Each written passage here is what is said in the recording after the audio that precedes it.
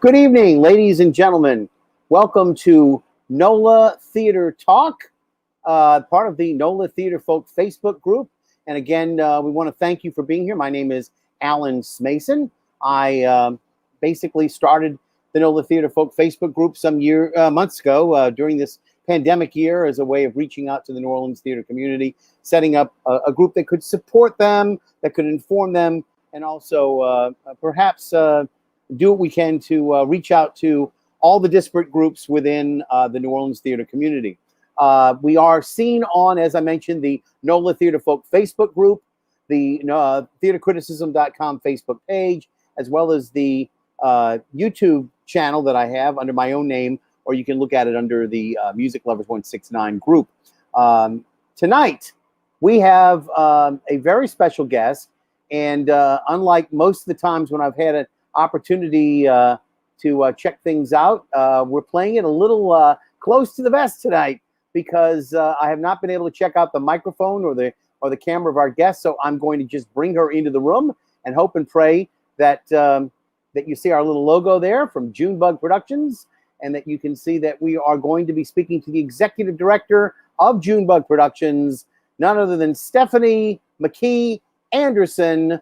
Welcome to NOLA Theater Talk. I hope, Stephanie, that your lighting is good. I hope that your microphone is working, and I hope that everything else is up to snuff, because I always check my guests that they, first of all, that they are comfortable ahead of time, that they're we have not had a chance to even introduce ourselves, have we?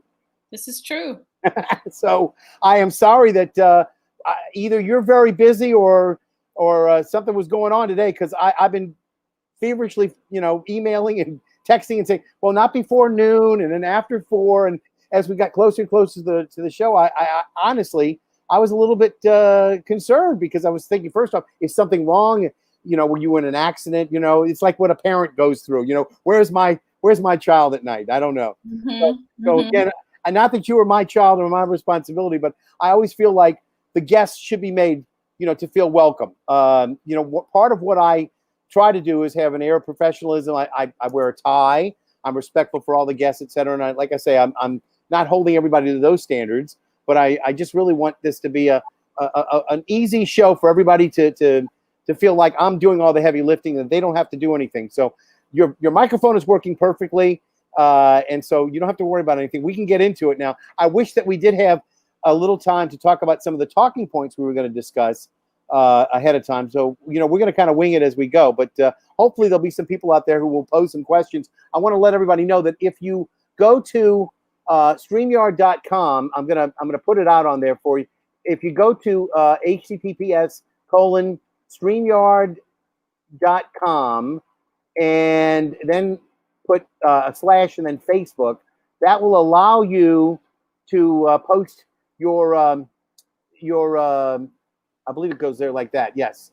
It'll allow you to post your name.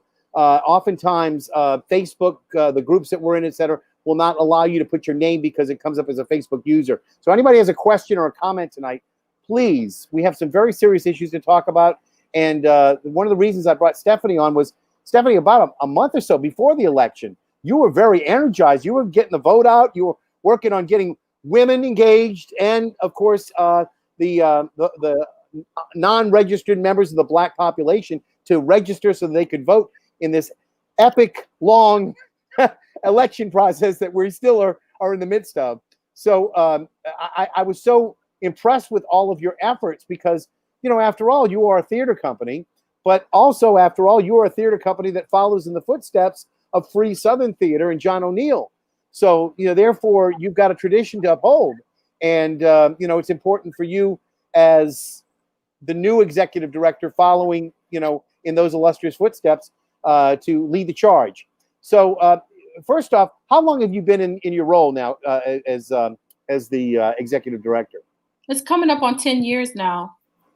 Wow. You've been under the radar a little bit for me, because I remember when John, of course, had passed, but he had given the torch to you before that. He started to slow down a little bit, and I can't ever imagine John really much slowing down. He was really pretty active, throughout all the time I ever met him.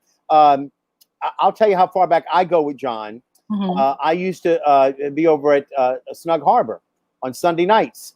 He would come into Snug Harbor in his persona as Junebug Jabbo Jones, completely, as I said, would never break character, completely in character. He would get onto the stage. He would do his thing. He would get off the stage. He would collect a check, and he'd leave.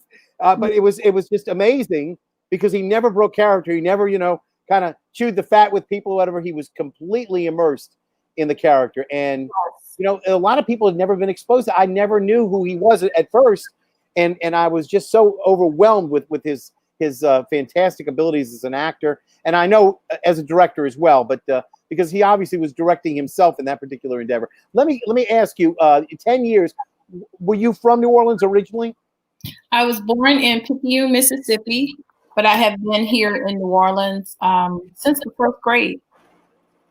Okay.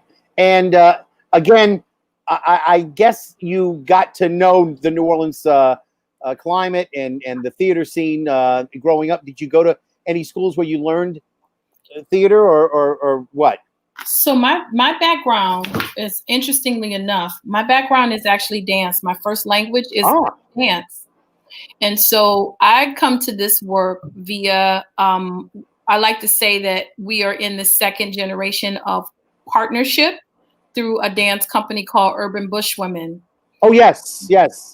I'm familiar with it because I believe they've been nominated for some of the Big Easy Awards, correct, for the dance? No, they wouldn't because they're out of New York. Oh, did they come? Well, which was the group? Did they come here then recently? They have been here. Okay, maybe that's what it was. Junebug in the Contemporary Arts Center just presented. That might have been what it was. Okay, so forgive me. So again, they're out of New York, and you were involved with dance. So what other groups were you involved with? Choreography, dance? What groups here in New Orleans that I know of? So I worked as a teaching artist in the public school system here. I taught with the Ballet Association. So I came in through that work. I came in also teaching through the arts and education program in the public school system here in New Orleans. I myself am a product of the public school system here in New Orleans. So I graduated from McDonough 35 High School here. Ron Ingalls. Yeah. And Troy Poplis, of course. That's correct. Yeah. And let me ask, because I'm a product of the New Orleans school system too, believe it or not.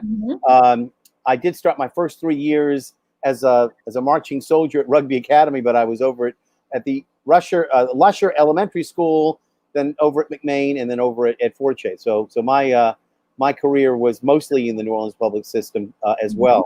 And you graduated. I don't have to know necessarily the year because then I want everybody to know how old you are by that. But let's say you graduated a few years ago. And what did you go for graduate work? Did you go to college somewhere? I did. I went and I studied dance at Florida State. So I was there underneath Jowley, Willa Jo Zoller, who is the artistic director of Urban Bushwomen. She's also professor at Florida State. So I studied there. I have an unlikely path, I think, into this work. Yeah. My background, like John's background, is one as an organizer as well as an artist and organizer. And when I say organizing, I don't mean mixing the two together, even though that's what we do now. I mean a hardcore organizer. I was at Florida State when Katrina hit, and I decided to come home, and I became an AmeriCorps volunteer. And through that work with AmeriCorps, I worked with neighborhood housing services in New Orleans, and we opened up a neighborhood center in the 7th Ward. And the whole premise behind that and behind this fellowship that I got to help support that work was to understanding arts as a way of doing the organizing, that surely the art and culture would be the way to organize inside of a neighborhood that was steeped in culture. here in New Orleans culture. So that would be the way that that's the thing that people value. That would be the thing that we use as the tool to do the organizing work around housing, around crime, around a myriad of other things, including getting Circle Food Store back open. Yeah. So as I was doing that, I was also simultaneously working with John. We got together and we'd known each other for a long time. Junebug, as I was a dancer, has presented my work before. And I've been active with Junebug for many, many years. And even my father and John knew each other growing up.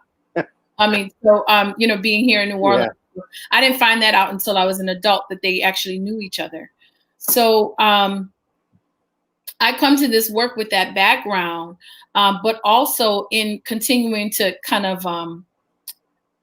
find myself. And by find myself, I mean, figure out who I was as an artist. I wasn't quite sure whether or not it's art for art's sake, or, whether or not that art, for me, the art needed to have some sort of meaning. And for me, the art is all political. And that's the way that John and I came together, that we understood that all art is inherently political in some way. That time that I spent doing that organizing in the 7th Ward, while simultaneously still working with Junebug and John, this is post-Katrina, was the richest time that I've had as an artist, because I had an understanding of who I was, my purpose, and my passions collided in that moment. And that allowed me to find myself. And I think in lots of ways was preparation for me to be in the position that I'm in now. What do you think it was that John saw in you that made him say, aha, this is the person I want to carry on my legacy?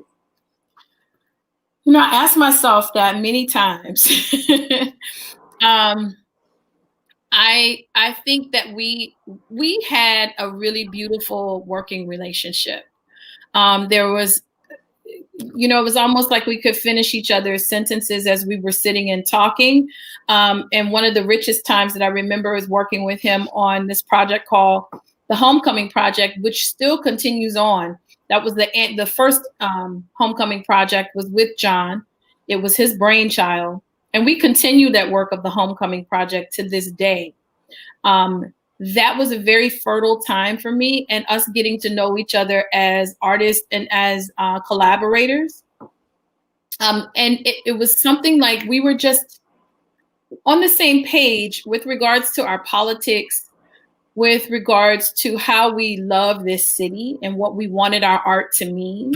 And not for nothing, John has also seen my trajectory. I do think that trajectory as an organizer, and also understanding my background as an artist, I think he got a chance to see me grow during that time, and saw me take on leadership positions, both as an organizer and as an artist. He saw that, and I think he saw something in that that he felt was valuable. How steeped in the history are you of Free Southern Theater? And of course, some of the other attendant groups, the Dashiki Theater was here, and some of the pivotal figures that made up. How well are you familiar with it, or has it just? I am quite familiar with it. As I'm not as young as I seem, but I am quite familiar with it. And there's no way to come into this work without understanding the history. One of the things that we set forth to do when we first came on in Junebug Productions was to understand more of the history, including hidden histories and things that other people may not know. So with that, I mean, there's only so much information that the book Free Southern Theater by Free Southern Theater can give you. But it's the conversations with other people that help fill in the blanks for us. So the first piece of work that Junebug did was actually tracing our history. And that resulted in us having two film shorts with the remaining founding directors of Free Southern Theater. So that was a really beautiful film with John O'Neill, and another one with Dr. Doris Derby, which a lot of people don't know about. Huh. But she is still alive, and she's the only surviving founder of Free Southern Theater now, and she lives in Atlanta, Georgia.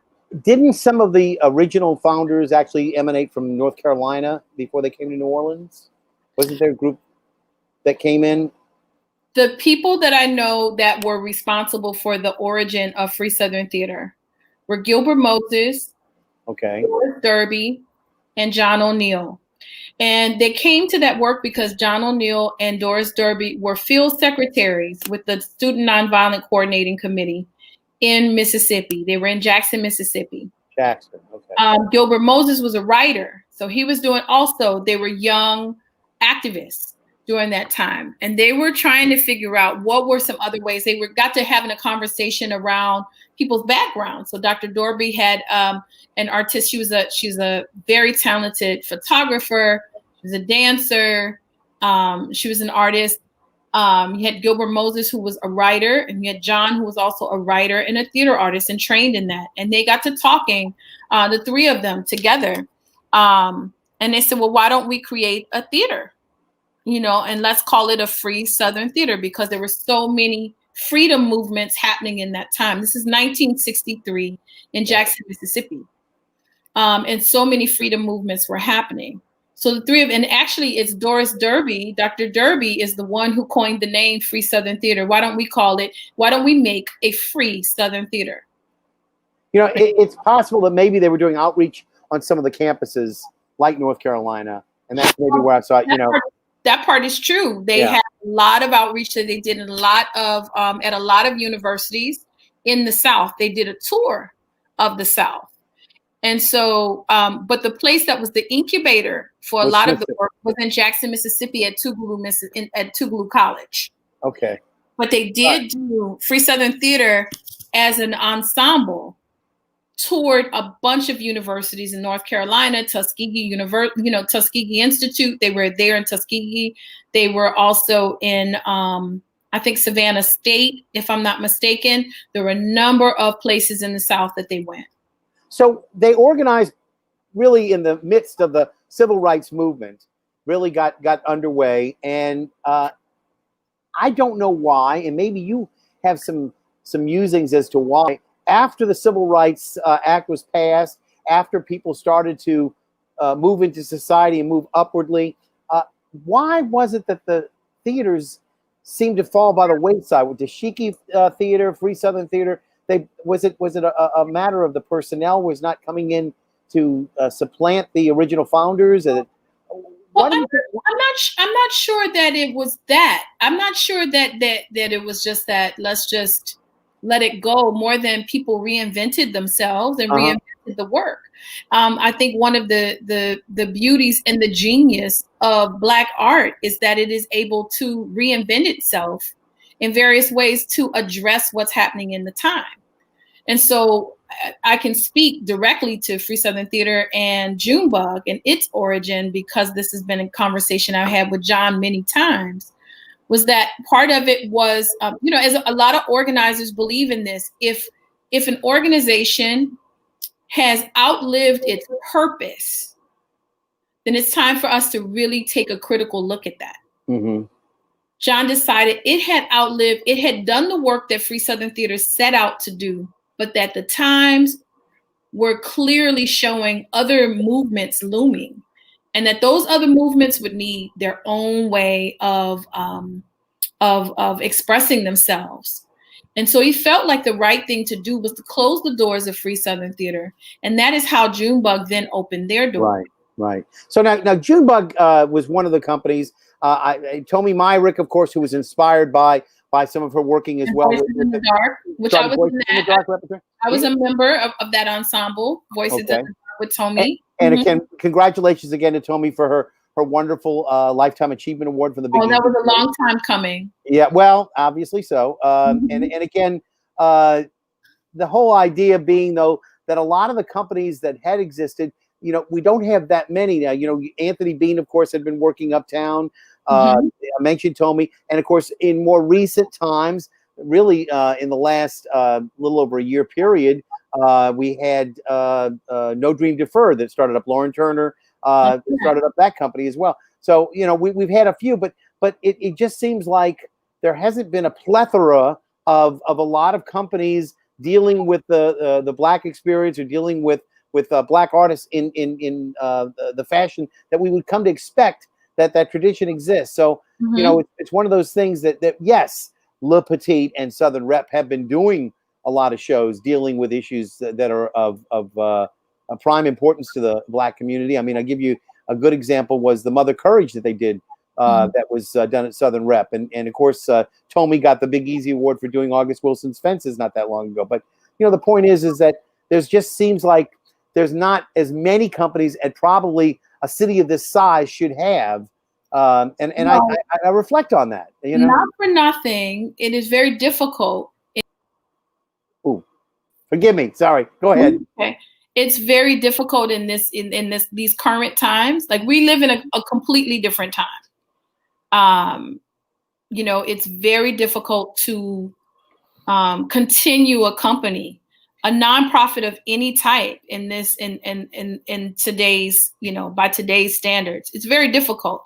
And so New Orleans isn't alone. A lot of people, you've seen companies, and we continue to see companies close their doors, and that's it. So we're actually a very rare company in that we're still going, you know, in that we're still here and we feel like the work is still relevant. But a lot of historic Black theater companies all over the country, we get lists of companies closing every day. So it's not unique to New Orleans. Yeah. That is something that's unique to the times that we're living in right now. And that's because of, you know, there are a number of reasons that I can go into, but to be clear and succinct, I think one of the ones is being as a representing an organization that is steeped in the South. I think the South is, you know, under-resourced, severely under-resourced compared to our colleagues that are out on the West Coast, the East Coast, or even up north in some instances. Mm-hmm. And so geography has a lot to do with where the resources come. Add to that the fact that it is actually a Black company as well. And so then we know that there's a disparity between some of the white organizations and the Black organizations. And so there are a number of reasons why this happens. And right now, what you're seeing is a number of individual artists that are going and deciding that they're coming up with a hybrid version of what a company is that is not a 501c3, because what we've learned is 501c3s don't necessarily work for everyone. You know, it's a model that is, I think, needs to be looked at. Again, it's the model that we all knew about, that we come into. But I think that there are lots, and people are learning, there are lots of ways to be able to do your work and put it out there. And they're indeed doing that. Well, that's interesting. Now, you know, one of the traditions, I don't know, you came in so late today, I don't know whether it was explained to you, but everybody who comes into NOLA Theater Talk brings a drink. Doesn't have to be alcoholic, but you got to have something liquid in the room with you. Did you get a chance to get that message yet? Did they give you the...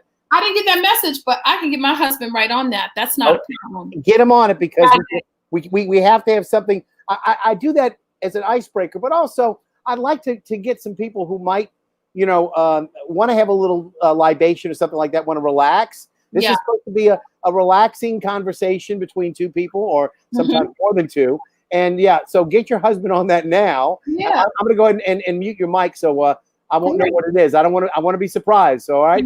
So I'm going to mute your mic, and I'll bring you back in a little bit. Our guest tonight is Stephanie McKee Anderson, and my name is Alan Smason. Again, we are talking about Junebug Productions, and again, Stephanie is the executive director of Junebug Productions. She has been in that position for 10 years now, and we invite you to make some comments if you want.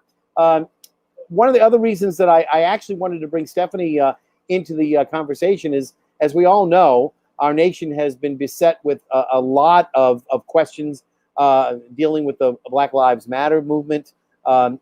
This is a traditional Black theater, Junebug Productions, headed by a very energetic staff with traditional values in which they fought for civil rights and engaged their memberships around the country, not only just here in New Orleans as far as their constituency here, but also developed a get out the vote kind of approach for people all across the South. So again, they've got that history, they've got that legacy, and what I'm going to do is ask anybody who has a question for Stephanie or a comment to please go ahead and post it on Facebook or possibly on YouTube so we can see what you might be saying. Again, we're showing this on the NOLA Theater Folk Facebook group, on the theatercriticism.com Facebook page, not the actual website. It's just the support page on Facebook, as well as on the YouTube site. And so let me go ahead and bring Stephanie back into the conversation. Again, I have you unmuted now, so you may talk. So again, when your husband brings that, you can just call out the press and let me know. So I mentioned Black Lives Matter. Okay, the whole George Floyd episode in which we saw again the streets filled with angry blacks. We saw people doing things that probably under saner times and perhaps a different administration nationally we might not have seen. We saw people who contended with just things that we should not, as children, should not have had to contend with. That they should not have had to see a man his life taken away in 8 minutes and 46 seconds. All of those videos that we've seen, all of the people who were killed this summer, whether it be the Breonna Taylors or the other people who were involved.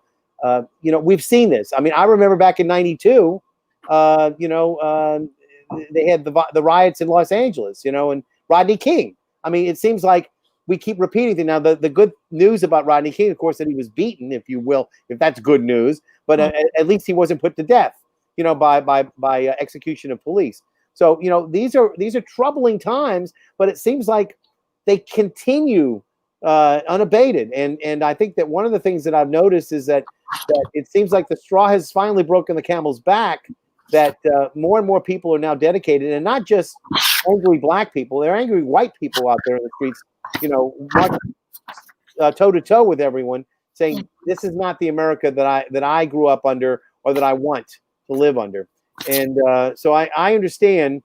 I grew up in a situation here in New Orleans. I wouldn't say that my family was very affluent, but we did have housekeeper who took care of me, because unlike many people who had a mother and a father, my mother worked. Nowadays, that's the standard, if you will. That's the rule rather than the exception. But when I grew up, mothers stayed at their homes and raised their children. I'm seeing it. Okay, what do you got there? This is an Uncle Nearest special right here. It says Uncle Nearest bourbon. Oh, okay. Where's that from? Is that obviously Kentucky? Out of Kentucky. Uncle Nearest was a black man who taught. I know the story. Yes, go ahead, tell the story. That's right. He taught Jack Daniels the secret to making that whiskey, and so now there is it's a whole line for him. A whole brand. They've got the brand that they're expanding. Yes, that's right. Yeah, I didn't recognize the name, but yes, I read about it, and I think it's very cool. Yes, he is supposed to have given Jack Daniels the recipe. That's right. Course, the difference between Jack Daniels and a lot of other, Kentucky bourbons, etc., is that charcoal filtering process that the Kentucky bourbon goes through, and Jack Daniels has a little special, a couple other things that they do. But yes, well, I'm glad to know that you have a little something to relax with, because I think that's fitting. Again, back to where we were though, to talk about what's been going on this whole year, practically speaking. We've seen a lot of violence. We've seen a lot of issues. We've seen we see you white American theater, and also the BIPOC living document that was put out on online in San Francisco, and of course in other communities here in New Orleans as well, that addressed some issues that probably needed to be addressed. And again, I'm not going to go into all of the details as to whether or not it was something that was necessarily fair, whether or not it's equitable, whether or not all of those things. But I mean, there were angry people out there, and they were fighting back and doing whatever they could to get their voices heard, and I understand that. So from that standpoint, when people are made to feel less than they should be, when people feel that they are not living up to their potential and that they're being kept down, whether it be for what you can find legitimate reasons or not. The point is that they're going to strike out. I mean, being from a minority group myself, I know well about patience. I'm Jewish, and so I've been the recipient of several instances of anti-Semitic behavior. But again, we all learn that this is not everybody. This is just a few people, misinformed, ill-advised, and so you don't throw the baby out with the bathwater necessarily. But again, I know that there comes a point in time where, as I think whether it was Martin Luther King or whoever said, that the mob, it's the language of violence because of the repression that they have, and having to want to strike out at that repression. Mm-hmm. And so I don't know that the pandemic being what it is, still prevalent, that we can actually start to think about, when we do open our doors, what's going to happen and what changes are going to be implemented. And I don't know, maybe if you've thought about it, what you think we should be thinking about, what we should be planning to do, while the theaters are shuttered. Obviously, the most important part of the equation right now is make everything safe. Make sure that when people do go back, that they're not being exposed, and that the actors and the stage managers, the technical staff, are not exposed to anything that would make them ill. Because obviously they have families, they have mothers, they have fathers, grandfathers, uncles, etc., who can be affected by being exposed to the disease. But once we get past that, once we get into the nitty-gritty of how do we become more diverse, more inclusive, it's a question that I posed some months ago with the other theater critics. There were 5 of us in the room, all talking about theater, all talking about how much we love theater. And to a man, it was all 5 white men. I'm saying, what's wrong with this picture? Why don't we have more diversity and inclusion here too? Mm-hmm. So I understand it, and I react to the fact that there is not a lot of it. In the American Theater Critics Association, we have a diversity and inclusion committee headed up by Kalendra Smith, and I actually had Kalendra on this program to talk about what they're trying to do, what they're trying to implement. But what do you think we should be doing in local theater? And you, as an executive director for Junebug, what are the sorts of things that you think other theaters should be doing now, while we are addled, as it were, while we're not doing anything, and other than preparing to open up our theaters? Well, I think first thing is that we need to shift our thought process on what it means to, like, this not doing anything. Right now just means that we're in a pause. A pause is still a very active space. We can still be very active in our imaginations. And I believe that is this pause that COVID has presented us with is an opportunity. Because what we've seen a lot of things that have been completely disrupted. Everything. So not just Black theaters, everything has been disrupted. Yeah. When there's disruption, there's opportunity. There's a window of opportunity, because it can be built back again. But what we need to do is not build it back the way that it was. I think it's sad that I don't believe that you maybe can name, in terms of executive positions, a few Black women here in New Orleans in the arts, of theater companies or dance companies. There are not that many, and that's a shame that we can't really name that, because that makes it a lonely space. And keep in mind, New Orleans is only a microcosm of the rest of the world, right? The rest of the world is no different.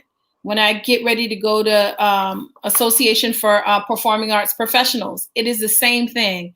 I am one of a few that are inside of that. So it's time to shift the field.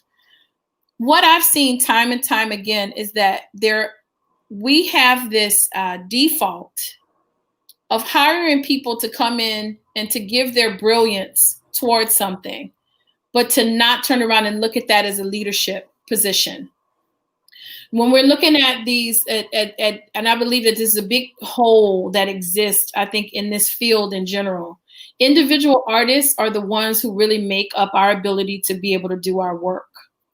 And they come in brilliant. They come in with lots of ideas.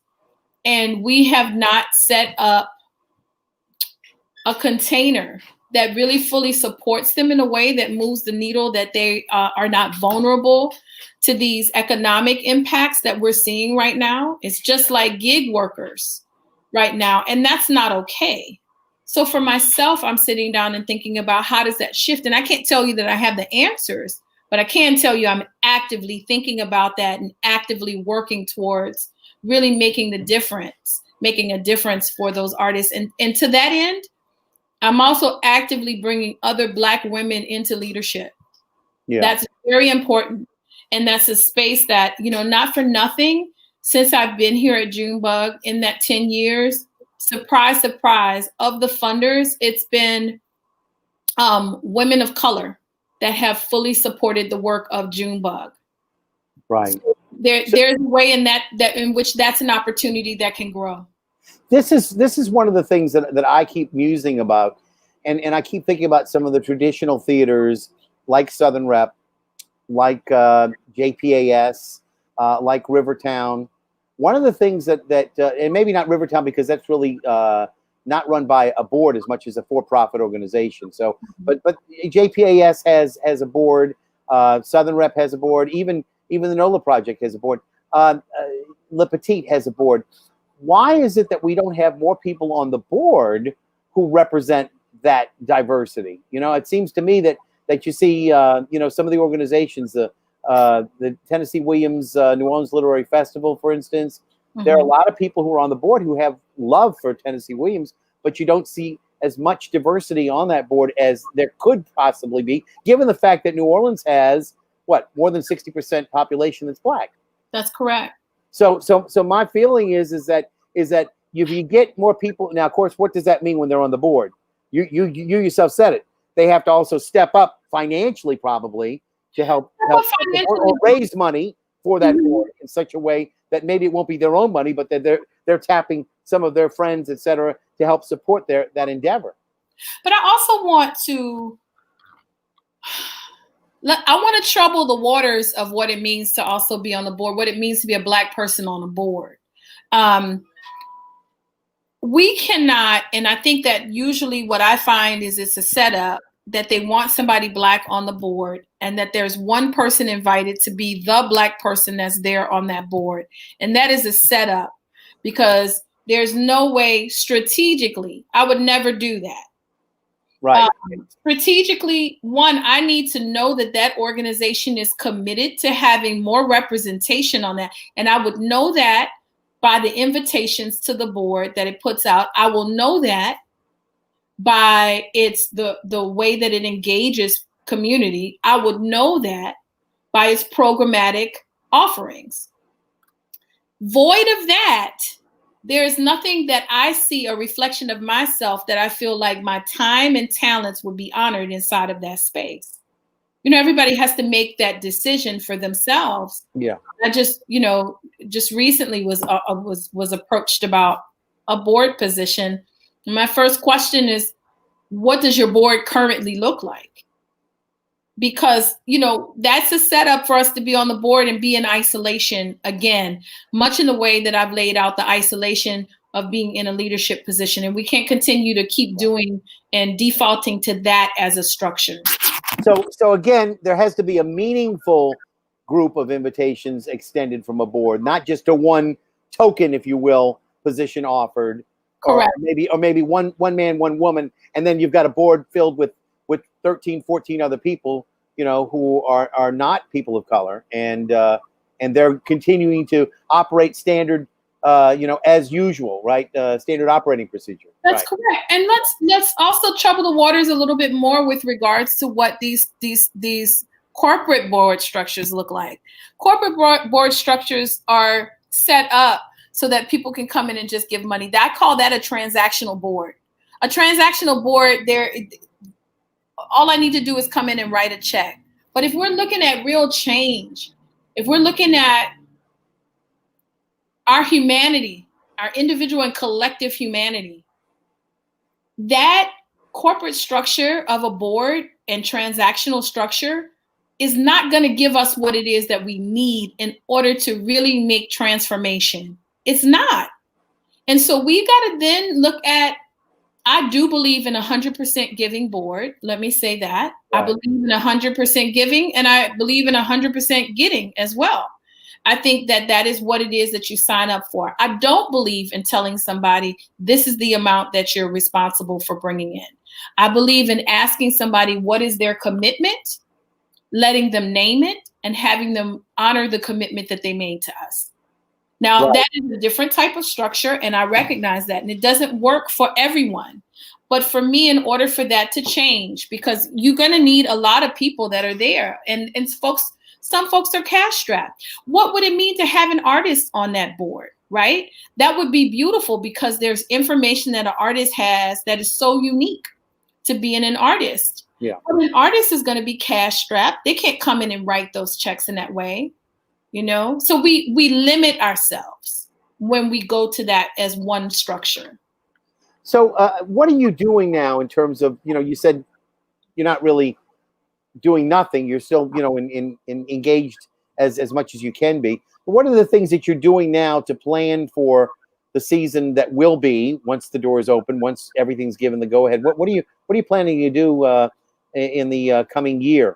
Have you got a season already mapped out yet, or is everything on hold? It's just about mapped out. So we'll be making that announcement in December about our new season that we'll have. A lot of it is carryover from some of the things that we were scheduled to do this last season and weren't able to do. Are any of these going to be virtual? Yes, they will. Okay. So yes, are you doing a hybrid where some of it may be live and some of it may be virtual, or have you thought about that? It's going to be probably a hybrid of some things that are live and some virtual, but those things that are live got to be really, really small. So, which is okay. And I'm beginning to embrace virtual, not as this is the place we're going to be forever, but as a moment that allows us to expand our audiences, right?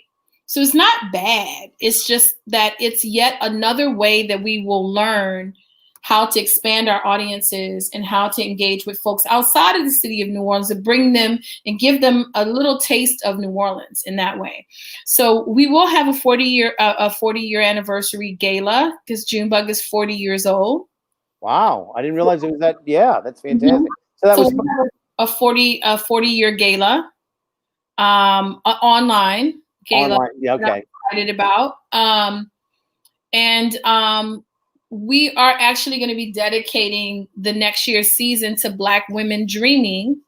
Black Women Dreaming is a collective group that's out of California. They're out of the Bay Area. And we were actually in partnership with them to do some presentations. Well, COVID actually disrupted all of that. And so we thought, what if we took the rest of the season and just dedicated it to Black women in a number of ways? So we're going to be actually highlighting the work of a lot of the organizers, some of the people that we sat and talked about. We'll be highlighting their work. We'll be highlighting the work of other artists that maybe a lot of people don't know about, but should know about. We'll be honoring some of our elder Black women that have been in the space that are responsible, and the shoulders that we all stand on. So the Tomi Myricks and the Carol Suttons and the Adela Gautiers, we'll be honoring them in this year. And that is, this is a way to right a ship that has not always seen and valued the work of these incredible women.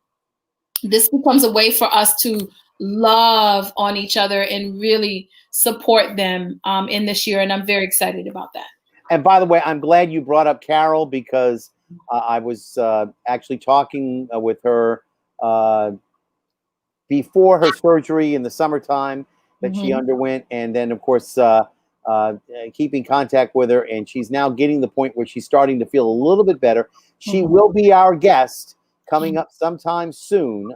I told her, when she feels up to it, not to feel pressured, but that whenever she feels up to it, that I know that we can't wait to have her. She actually surprised Janet Shea when Janet was on as my guest, and I wanted to return the favor, but unfortunately, Carol was just not feeling well, and hopefully, she's got her, her medical situation in hand, and she'll be able to be a guest on the show, and I'm looking forward to it. So yeah, she's a super lady, and super talented, and just so well beloved in so many ways by so many people.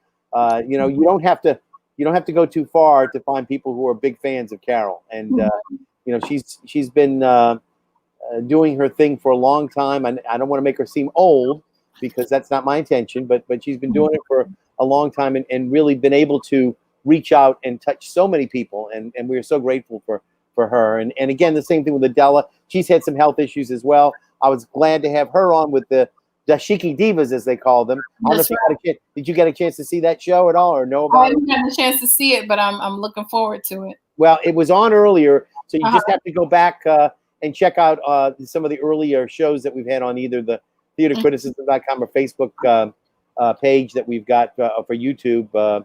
They should be there, but not all of the early shows still show up. We're talking tonight on NOLA Theater Talk with Stephanie McKee Anderson, who is the executive director of Junebug Productions. Again, my name is Alan Smason, and it's my pleasure to be your host tonight. The NOLA Theater Talk show is seen on the NOLA Theater Folk Facebook group, and we're looking for members all the time. So if you want to become a member, please just ask for membership. We do have 3 questions that we ask just to more or less check the fact that you are somebody who has a connection to the local community. We want people, to be responsive and be able to reach out. I had somebody from some far off flung country earlier today, and I said no thank you very much. And the other thing was we have our theatercriticism.com Facebook page. So if you don't want to be a member of the group, I understand. You're plenty members of plenty groups already. Don't worry about it. You can just go to theatercriticism.com Facebook page, not the theatercriticism.com site, but the Facebook page, and you can see the show right now. It's streaming live. And then also on our YouTube channel, it also streams live. Now, those of you who missed the show tonight, it's archived automatically, and then I'll go ahead and broadcast it on my own wall. So if you're a friend of mine, you'll be able to see it on Facebook as well. I know we have a heavy amount of Facebook that's here, but it is probably the best medium that's out there for live streaming. This is not Zoom, this is StreamYard. So one of the nice things about this platform is we can share things out. Had I had some pictures of some of your past productions, I would have been sharing those out tonight. Unfortunately, because of your busy schedule and just not enough time to do all of that, I feel like I have shared some of them, though, because when we had the Dashiki Divas on and we talked about John and his legacy, and we did have a chance to talk about his importance. I put up a lot of pictures and even some videos of his. So I feel like I have dealt with letting people know who may not have known who John O'Neill was, and the importance of what he did historically here. And again, 40 years, a feather in your cap. I mean, the fact that you have been at the helm for 1/4 of the years of the organization too. So congratulations on that. Thank you very much. I would very much like to open up for comments or any questions. We have about 12 minutes left to the show. And again, we always make this an hour-long show. We try to make it, it goes by quick. Really, when you talk about theater, if you're passionate about it, that hour goes by quicker than you would ever believe. There are people, who say, oh, it's an hour. Oh, my goodness, I can't talk for an hour. Believe me, it's not that long. If you love what you do, it shows. And I know that you love Junebug. I can tell that. In terms of other people who are key personnel, who are some of the other people that are associated with your group, and what are some of their particular aspects of their jobs that they're doing with you? As you're the executive director, you seem to indicate that some people may not have traditional roles, that they may be doing double duty in other ways. So who are some of your other people that are at the organization? Well, besides the people who are full-time at Junebug, I have Damia Kambubi, who is the director of marketing and community collaborations. We have Mariana Shepard, who is the managing director. and we have Michelle Frensos, who is our finance manager. They are full-time. The people who really are adding to our ability to do this work, because oftentimes I feel like Junebug's profile is larger than our actual capacity, is a group of, I mentioned earlier, the Homecoming Project. So the Homecoming Project was a project that John thought of as what his inspiration was homecomings, right? And how so many people flock to come back home. And we thought, what if we created created an event that happened that people would be excited about coming home, coming back to New Orleans. And what we decided to do was use as a big theme the idea of home as a place. What does it mean to be, live, work, struggle inside a post-Katrina New Orleans? Okay. From that, we've continued to kind of grow. And so now there's a core group of artists that work with the Homecoming Project. And we've had them do all kinds of things. Like we've had them, they each take turns sometimes curating performance. We make space for them to be in together so they get to work as an ensemble. But they also have taken in their own right leadership roles to be leaders of different things that we do. And and these are artists that work in other places too. So we've got Frederick Hollywood Delahousse, who's a very talented spoken word artist, but he's also the artistic director there at Ashe Cultural Arts Center. Sonny Patterson, another spoken word artist. Free for All, who is a very talented both filmmaker, singer, musician. Catherine Caldwell, who is a dancer, but also managing director at Dancing Grounds. Keisha McKee, who is a teacher at NOCA and department head in the dance department at NOCA. Any relation? No relation. We spell it differently. Oh, okay. Just wondering. Yeah. And Jeremy Guyton, who's now in graduate school at Florida State. So your alma mater. All right. Some great, really incredible people. Let me ask you. We only have a few minutes left. You first off, when we were talking about getting you on the show, you were very involved with getting the vote out, etc. Did we do our jobs right? Did you do your job? Did you get, the outreach? What was it responsive this last time that you were involved? I remember it was a project you were working with about a month ago.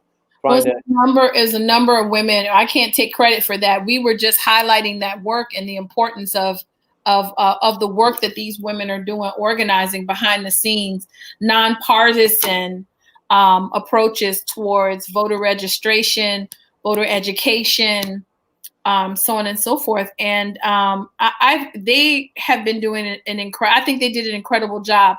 And I can't just name the women that are here, but people all over this country. I mean, we have seen, there's no way we would have had the turnout that we had without boots on the ground, educating folks, making sure that people understood the importance of exercising their right to vote. Yeah. This is historic turnout. Right. Well, they said that in some areas, for instance, in some of the battleground places in Pennsylvania, Georgia, et cetera, they had never seen the kinds of numbers for Black registration for voting that they saw this time. And in many of the cases of these mail-in votes that were being counted, a lot of people may have never had a chance to vote, voted by mail, because of the pandemic, et cetera. And it's showing that a lot more people apparently who voted by mail or cast some sort of absentee ballots or whatever, that they seem to have voted much more for Biden and Harris than they did for Trump and Pence. And the popular vote will show. Yeah, so it's very interesting to me that we talk about people still needing to be educated in this time, you know, I mean, this is 2020, almost 2021, and we're still having to educate people about the fact that they have a right to vote and that they should get out. Previous to this election, the highest amount of percentage for an American election was hovering around, what, 57 or so percent. Mm-hmm. You know, that's not a very good track record. You know, I was mentioning that there are several nations, and I just picked one spot in West Africa, and I looked at some of the voting percentages, like in Liberia, it's 75%, you know, and several other countries that probably don't have the same kind of infrastructure that we have in the United States, and yet they take that power of the ability to vote to heart. Yeah. And you know, they respect it. We tend to take for granted sometimes how important it is for us as citizens to exercise that right. And when and if a you know, a person comes into political office who's not doing their job properly, or you know, is guilty of malfeasance or something along those lines, we have the right to recall them. We have the right to vote them out of office, and that's you know, part of the American political scene, and again, one that we should take to heart. So I guess I'd like to get maybe a little comment if before we end. We only have a little bit of time remaining, but you know, in terms of your feeling about you know, now that the election process is over and it seems like a Biden victory is pretty much in the air, that it's an inevitability now. Where do we go from here? Well, you know, what do you think we're going to be doing? Our work never stops. Our work will never stop. It is ongoing. And I would be remiss if I did not say that I have been deeply disappointed in our systems that are here. And that is putting it mildly, disappointed in that. And I can see how easily it can be for people to become apathetic towards this as a process. And so we have to take that under consideration. That being said, our work will never stop. I always use the example of Barack Obama when he got into office, and we were so excited about him getting into office. And then we dropped off. You know, that was actually exactly the time that the real work would begin when he got into office. I know a lot of people foresaw what would actually happen. And so just because we get somebody else in the office, we have so much work to do. We still have work to do to fix this system, which, let's be clear, is not a perfect system. It is one that it has loopholes. And that's the work that people do after elections to make sure that there are loopholes. And then we come back in and we try to fix them. So our work is ever going, ever growing, ever changing. It's not going to stop after this election. In fact, no matter who gets in office during this time, our work has really just begun as a country. And in terms of theater, what would you like to see happen in the next 2 years?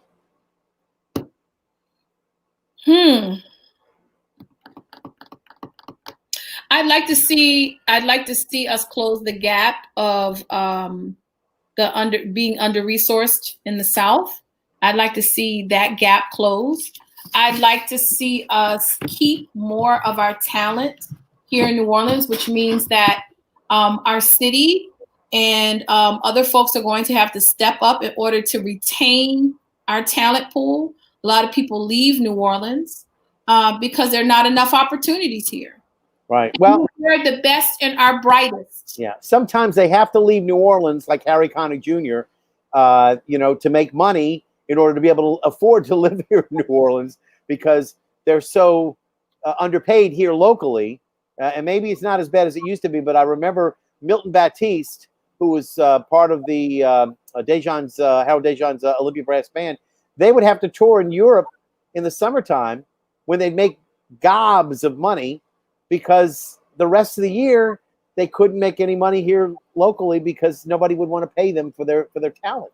But then that's the thing that needs to change. Yeah, I agree. We need to step up and we need to change that. The rest of the world isn't working that way, and we're never going to be able to retain our talent if we're not stepping up. People are getting paid. People are still getting paid wages that I was getting paid as a teaching artist in the early 90s, and that's not okay. We have to change that. And that means some radical shifts in the way that we move forward with that work. But that's the only way we're going to retain our talent. That talent is needed here in this city. It's a loss for us when they leave. Well, we just started to scratch the surface of what we want to do. I didn't even get to talk about, where we go with acceptance of sexual orientations and all of that, which we haven't yet even been able to talk about. Maybe we'll be able to address that at a later date, and if we can talk a little bit more in the future. But it's been a pleasure to have you, Stephanie.